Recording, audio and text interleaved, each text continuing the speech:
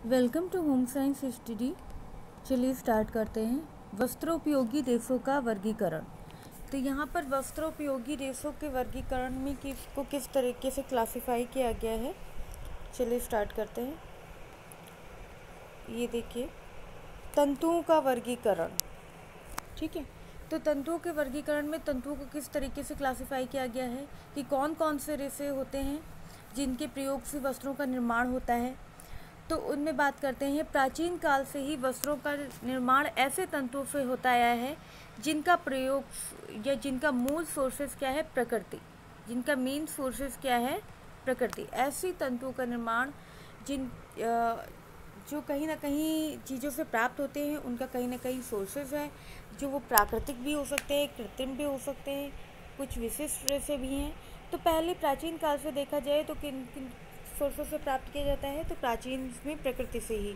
तो प्रकृति की जितनी भी चीज़ें हैं उनसे रेशे निकालने का प्रयास होता था।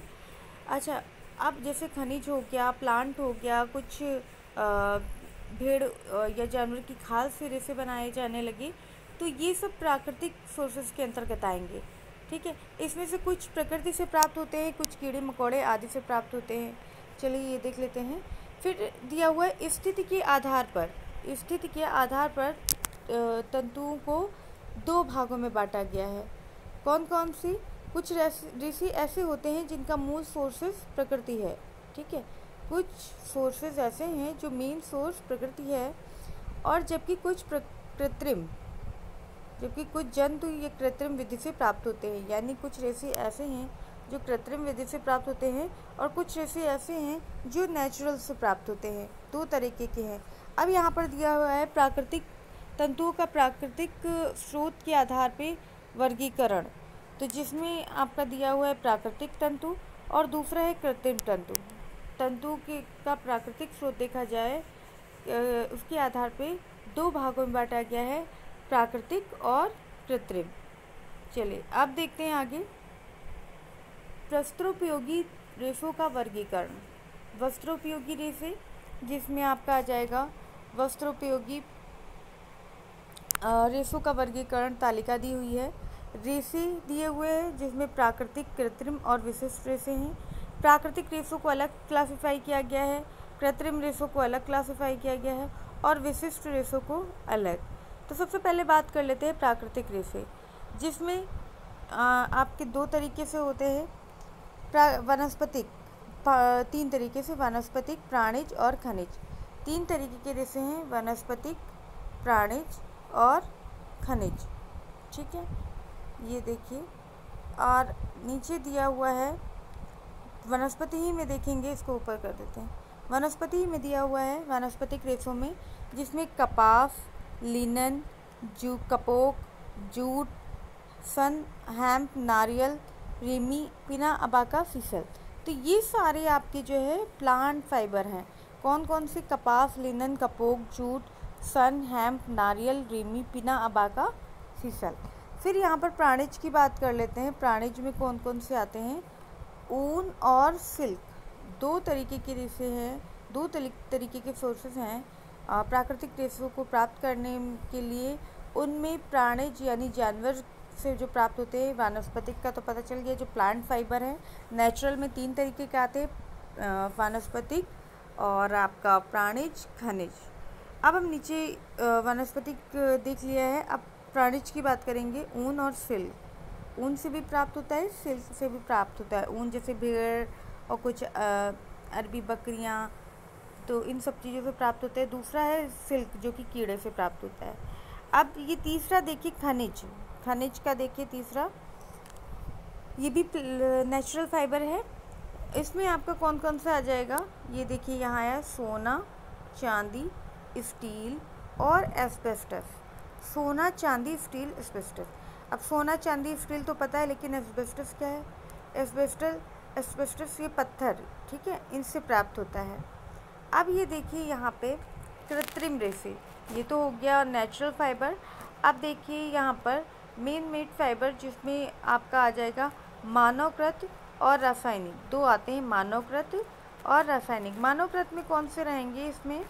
इसमें मानवकृत में कौन कौन से आते हैं? नाइट्रोसेलुलोज, विस्कस और क्रूप्रोमोनियम, ये 3 विधि से बनाए जाते हैं रेसा। जो मानवकृत रेसा है, मानवकृत द्वारा, तो उसमें 3 विधियाँ होती हैं मानवकृत रेसों में, नाइट्रोसेलुलोज, विस्कस और क्रूप्रोमोनियम। अब यहाँ पर देखिए रासायनिक की बात करें कि रासायनिक रेसे कौन से हैं, तो ये देखिए ऐसे होकर के आया हुआ है रासायनिक रेसों में। तो उसमें आ जाएगा जेफ्रॉन, नायलॉन, डेक्रॉन, ऑरलॉन, टेरालिन, एक्रिलिन, ऑलॉन, क्रेफ्लॉन। तो ये सब जितने भी हैं, डायनेल, ये सब बेरल, फाइबर ग्लास, ये सब जितने भी हैं वो केमिकल फाइबर हैं। ठीक है, ये सारे आपके आ जाएंगे केमिकल फाइबर। ठीक, केमिकल फाइबर है। अब ये लास्ट वाला आपका आता है विशिष्ट रेसे। विशिष्ट रेसे कौन से होते हैं? विशिष्ट रेसे यहाँ पर देखिए, ये अलग तरीके के यानी परिवर्तित, मिश्रित तथा बाल रेसे, चेंज करके रेसे बनाए जाते हैं, एक दूसरे मिक्स करके ये विशिष्ट रेसे तैयार किए जाते हैं। ठीक है, अब एक बार रिवाइज कर लेते हैं। प्राकृतिक रेसों में कौन कौन सी वस्त्रोपयोगी रेसों को क्लासिफाई किया गया है, रेसों को क्लासिफाई किया गया है, कहाँ कहाँ से रेसों की प्राप्ति होती है। तो जिसमें आपका आ जाएगा प्राकृतिक रेसे, ये प्राकृतिक रेसे है। दूसरा आपका यहाँ पर कृत्रिम रेसे, और तीसरा है विशिष्ट रेसे। 3 तरीके के रेसे हैं। प्राकृतिक रेसे में 3 आते हैं, वनस्पतिक, प्राणिज और खनिज। वनस्पतिक के अंतर्गत आएंगे कपास, लिनन, कपोग, जूट, सन, हेम्प, नारियल, रेमी, पिन्ना, अबाका और सीसल। फिर यहाँ पर वनस्पतिक की बात करें, ये प्राणिज है यानी जानवर से प्राप्त होता है, जिसमें ऊन और सिल्क है। फिर यहाँ पर खनिज का देख लीजिए, खनिज में आपका आ जाता है सोना, चांदी, स्टील, एस्बेस्टस। फिर आपका कृत्रिम रेसे है, जिसमें आपका आ जाएगा मानवकृत, और दूसरा है रासायनिक कृत्रिम में। तो मानवकृत में 3 आते हैं, 3 विधि, नाइट्रोसेलुलोज, विस्कस और क्रूप्रोमोनियम। रासायनिक की बात करें तो यहाँ पर जेफ्रॉन, ऑरलॉन, डेक्रॉन, ऑरलॉन, टेरालिन, एक्रिलिन, ऑरलॉन, ये सब जितने भी हैं, ये सब आपका केमिकल के थ्रू बनाया गया रेसा है। लास्ट में आता है विशिष्ट रेसा। विशिष्ट रेसा यानी परिवर्तित, मिश्रित तथा बाल रेसे इसके अंतर्गत आते हैं। तो इस वीडियो में क्लासिफाई किया गया है। नेक्स्ट वीडियो में हम बात करेंगे कौन सी वानस्पतिक हैं, तो उनके अंतर्गत उन सब चीज़ों को बात करेंगे। वानस्पतिक, कृत्रिम और विशिष्ट रेसों को अलग अलग तरीके से पूरा नोट्स इसमें मिलेगा। तो अभी के लिए इतना ही, फिर मिलते हैं नेक्स्ट वीडियो में। अभी के लिए धन्यवाद।